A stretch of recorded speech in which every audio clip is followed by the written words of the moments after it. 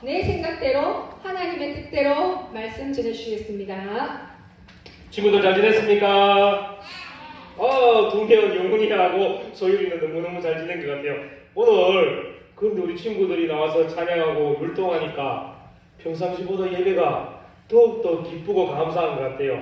여러분들이 찬양 소리도 평상시보다 더욱더 컸고 율동도 더 많이 따라했고 우리 친구들 늘 앞에서 나와 있는 친구들처럼 찬양도 같이 부르고 율동도 같이 해서 우리가 하나님 앞에 기쁨으로 드리는 예배가 여러분들의 입술에서 나오는 찬양이 있어야 되고 여러분들의 몸으로 드리는 율동이 있어야지 하나님이 기뻐 받으시는 예배가 되는 거예요. 우리 친구들 다음 주에는 오늘보다 더 힘차게 찬양 부르고 율동할 수 있겠습니까?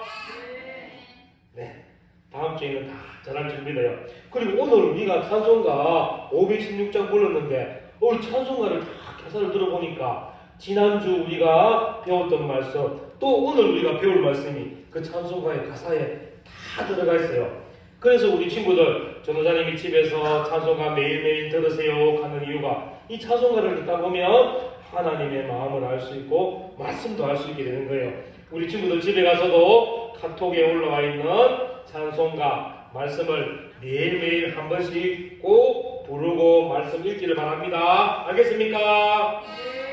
자, 오늘 말씀을 시작하면서 전도사님이 문제를 하게 될 건데 이 사람이 누구인지 한번 맞춰보세요. 자, 이 사람은 이스라엘 사람이며 유대인입니다. 아직은 모르겠지요. 어제 전도사님이 집에 있는 선생님들한테는 문제 내니까 이건 내가 어떻게 맞춰란 말이야 하면서 신경질 내더라고요. 자, 그리고 계속할게요. 이 사람은 길리기아 지역의 다소라는 도시에서 태어났습니다. 그 친구는 잠깐만 이따가 마실게요. 그리고 아는 친구 손 들으세요. 이 사람은 로마 시민권을 가지고 있었어요. 와우. 또 재훈이 바울이 맞긴 맞는데 전도사님이 원하는 답은 또 바울이 안 돼. 한번 들어보세요. 바울이 맞기는 맞아요. 그래 이성이 예, 사울 맞았습니다. 박수 한번 주세요. 자, 바울도 맞고 사울도 맞는데 전도사님이 원하는 답은 사울이었는데 이 사람은 율법 공부도 아주 많이 했는 사람입니다. 그리고 이 사람은 예수님을 믿는 사람을 잡아서 매질을 하고 감옥에 가두는 사람이었어요. 또 예수님을 믿는 사람이 있다면 전국 어디를 다니면서도 그 사람들을 잡아야지만 자기 마음에 직성이 풀렸던 사람인데 예수님을 만나고 이 사람은 삶이 변하고 이름도 바울로 바뀐 사람이 누구일까요? 이런 문제였어요. 네, 정답은 사울 맞았습니다. 오늘 우리가 사울에 대해서 한번 배워볼 건데 이 사울이라는 사람은 이 땅을 살아갈 때 자기 눈에 가시처럼 여기는 사람들이 있었어요. 그 사람들이 누굴까? 희원이 맞췄어요. 예수 믿는 사람들. 이 사울은 예수 믿는 사람들만 보면 막 때리고 싶고 잡아서 감옥에 넣고 싶고 심지어는 이 사람을 죽이는 데까지도 자기가 증인으로 썼던 사람이 사울이에요. 우리가 작년에 배웠는데 스데반이라는 사람을 배웠었어요. 이 스데반이 돌에 맞아 죽는 일에도 이 사울이 증인으로 썼고 그 사람은 마땅히 죽어야 된다면서 그러한 마음을 가지고 있었어요. 이렇게 또 사울은 예루살렘에 있는 교회들을 핍박하면서 거기에서 예수님을 믿고 예배드리는 사람들을 잡았어요. 매질을 했어요. 감옥에 가두었어요. 그러니까 이 예루살렘에 있는 사람들이 멀리 여러 지역으로 도망가게 됐어요. 그런데 이 사울은 어떻게 했는가 하면 이 도망가는 사람들까지도 잡아나가는 열정을 보였어요. 하루는 이 사울이 다메섹이라는 곳으로 예수 믿는 사람들을 잡으러 가다가 누구를 만나게 됐는데 누구를 만났을까? 하빈이 맞았어요. 예수님을 만나게 됐어요. 예수님을 만나게 되니까 이 사울이 어떻게 됐는가 하면 예수님을 믿는 사람을 감옥에 잡아놓고 죽이기까지 했던 이 사람이 보는 것이 달라지고 생각하는 것이 달라지고 말하는 것이 달라지고 내가 믿었던 것이 변하여지면서 이제는 사람의 생각을 가진 사람이 아닌 예수님의 마음을 가진 사람으로 바뀌게 되었어요. 예수님을 만나고 이 사울은 예수님을 믿는 사람을 죽이는 사람이 아니라 자기도 예수님을 믿게 되며 예수님의 복음을 예수님을 모르는 모든 사람들에게 전하면서 사는 사람으로 바뀌게 된 거예요. 그러면 오늘 우리가 찬송에서도 불렀는데 예수님의 복음이 뭘까? 유락이 예수님의 복음이 뭘까? 한번 이야기해 보시죠.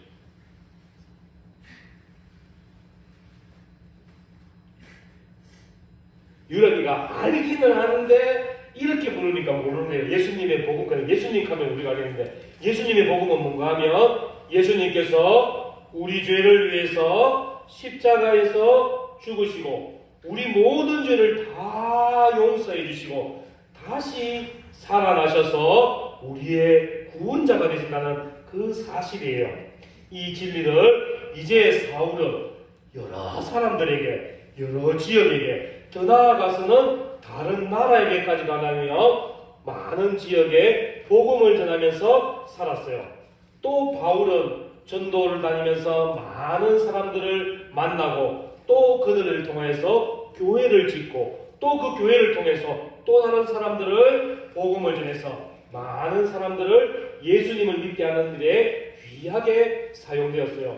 그런데 이 사울이 여러 사람을 만나다 보니까 마음에 안타까움이 있었어요. 그것은 자기가 처음에 예수님을 믿지 않았던 그러한 마음을 가지면서 이 땅을 살아가는 사람들을 보았기 때문이에요.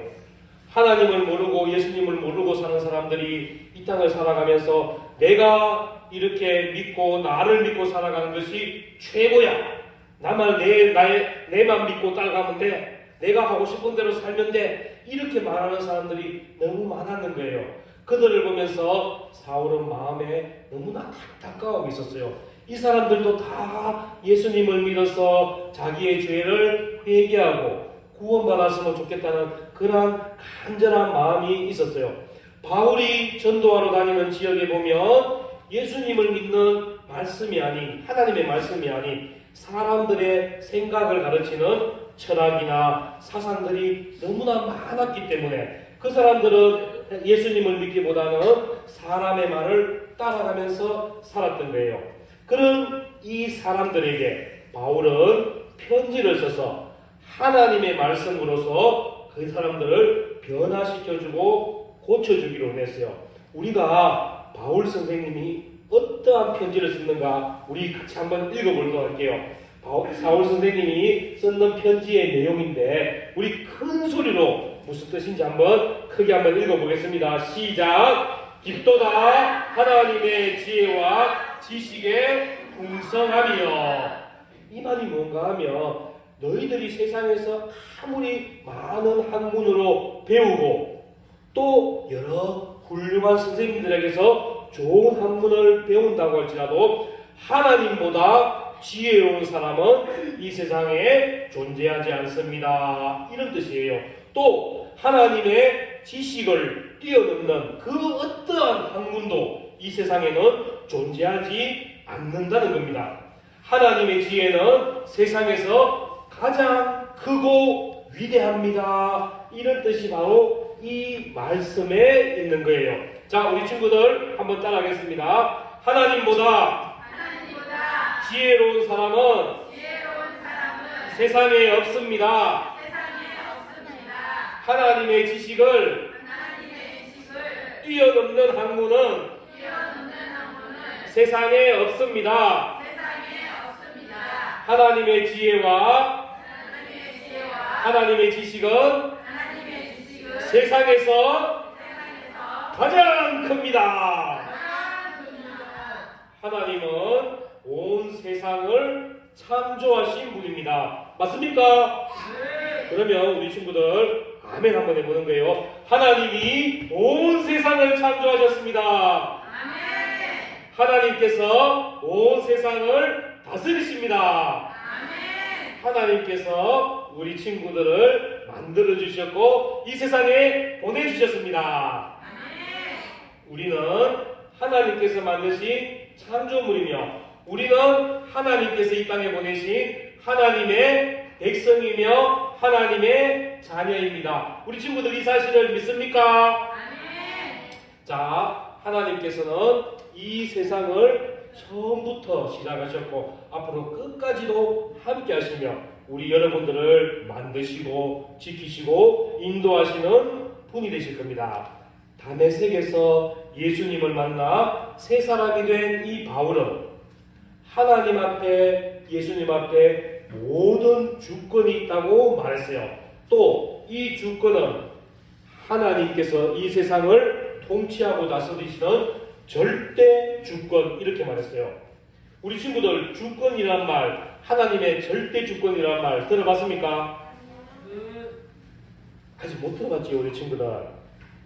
6학년 되면 들어볼 수 있을지도 몰라요. 6학년 친구는 들어봤다 하는데 이 하나님의 주권, 하나님의 절대 주권은 뭔가 하면 여러분들의 마음에 하나님이 최고다. 하나님이 가장 높은 분이다. 하나님이 나의 주인 되신다. 이렇게 고백하는 것이 하나님의 주권, 하나님의 절대 주권입니다. 바울은 하나님의 절대 주권을 가진 하나님에 대해서 이렇게 얘기했습니다. 전도사님이 이야기하는 거 잘 들어보세요. 누구도 하나님의 마음과 하나님의 판단을 알 수가 없다. 우리가 하나님께 무엇을 드려서 은혜를 받은 것이 아니라 하나님이 우리를 사랑하셔서 값없이 은혜를 주시는 것이다. 이렇게 말했어요. 하나님의 절대 주권은 여러분들이 찬양을 잘해서 기도를 잘해서 공부를 잘해서 얼굴이 이뻐서 아니면 축구를 잘해서 하나님이 은혜를 주신 것이 아니라 하나님은 아무 값없이 그냥 여러분들을 선택하셔서 은혜 주시고 하나님 백성 삼아 주셨다는 거예요. 그래서 여러분들은 하나님의 주권을 누리는 사람이에요. 그래서 우리 친구들은 하나님이 최고입니다. 하나님이 가장 높으신 분입니다. 하나님이 나의 주인이십니다. 늘 감사하면서 하나님의 주권을 인정하며 살아가는 우리 친구들이 되기를 바랍니다. 우리 친구들은 하나님이 나의 왕이십니다. 하나님이 나의 참 하나님이 되십니다. 하나님은 온 세상을 창조하시고 다스리시고 나를 다스리시는 나의 주인 되십니다. 이렇게 늘 고백하면서 하나님이 기뻐하는 삶을 사는 우리 친구들 되기를 바랍니다. 전사님 한번 따라할게요. 하나님은 나의 왕이십니다. 하나님은 나의 창조주십니다. 하나님 사랑합니다. 날마다 이렇게 고백하는 우리 친구들 되기를 바랍니다. 우리 친구들 이렇게 나는 이제 하나님이 내 주인이며 하나님이 나의 왕이시며 나는 하나님 기뻐하는 삶을 살겠습니다. 이렇게 살아가고 고백하고 다짐해도 또 집에 가면 찬양을 부를까 말씀을 읽을까 기도를 할까 갈등도 돼요. 또 우리는 죄를 보면 죄를 지을까 말까 또 우리가 좀 갈등도 하게 돼요. 이럴 때 우리 친구들이 스스로 친구들에게 이제 질문을 하는 거예요. 친구들에게 어떠한 질문하지? 3가지의 질문을 함께 보여드리겠습니다. 자, 첫 번째는 하나님은 어떤 분이시지? 이런 생각을 하는 거예요. 죄 짓고 싶을 때, 찬송 부르기 싫고 기도하기 싫고 잠자고 싶을 때, 교회에 나와서 예배드려야 되는데 그냥 TV 보고 잠자고 싶을 때, 그럴 때 우리 친구들은 하나님은 어떤 분이시지 생각을 해보는 거예요. 우리 친구들 하나님은 어떤 분인지 큰 소리로 같이 읽겠습니다. 시작. 하나님은 온 세상을 창조하시고 다스리시는 왕이시오. 하나님은 절대 주권을 가지고 계시오. 이렇게 하나님을 생각하는 거예요. 두 번째 우리 뭔가 한번 볼까요? 사람의 지혜와 지식과 하나님의 지혜와 지식을 비교할 수 있을까? 또 하나님을 한번 생각해 보는 거예요. 그때 우리 답이 뭔지 큰 소리로 같이 읽겠습니다. 사람의 지혜와 지식은 하나님의 풍성한 지혜와 지식과 비교할 수 없어. 우리 하나님은 이렇게 위대한 하나님이니까 나는 하나님을 찬양하고 하나님의 말씀을 읽을 거야. 이렇게 고백하는 거예요. 또 우리가 힘들고 어려울 때 세 번째 우리는 어떤 하나님을 생각할지 한번 볼까요? 그렇다면 하나님 나라 백성은 자기 생각대로 살아도 될까? 아니면 하나님의 뜻대로 살아야 될까? 자, 우리 큰 소리로 답을 한번 읽어보겠습니다. 시작! 하나님의 지혜와 지식에 풍성함을 인정하고 내 생각이 아닌 하나님의 뜻, 하나님의 절대 주권을 따라 살아야 해. 우리 친구들은 힘들고 어려울 때 아유 나는 안 돼 포기하지 말고 하나님이 어떤 분이신지 하나님의 절대 주권으로 여러분들을 은혜 주시고 구원하셨던 하나님의 마음을 가지고 나는 매일매일 하나님을 찬양하며 하나님의 말씀을 읽고 묵상하며 하나님께 기도하며 하나님이 나의 주인이십니다. 나의 능력이십니다 하고 하나님을 찬양하며 하나님께서 주시는 은혜를 많이 받아들이는 우리 친구들 되기를 바랍니다. 전도사님이 우리 친구들이 그 영혼이 잘 되고 우리 친구들의 삶이 잘 되고 항상 하나님을 하나님으로 인정하며 살아가는 우리 친구들이 되기를 축복합니다. 축복합니다. 우리 친구들 아멘 큰 소리로 한번 해주세요. 여러분들은 하나님을 창조주 하나님으로 인정합니다. 아멘. 예수님이 우리의 구원자 되심을 인정합니다. 아멘. 자, 그러면 우리 친구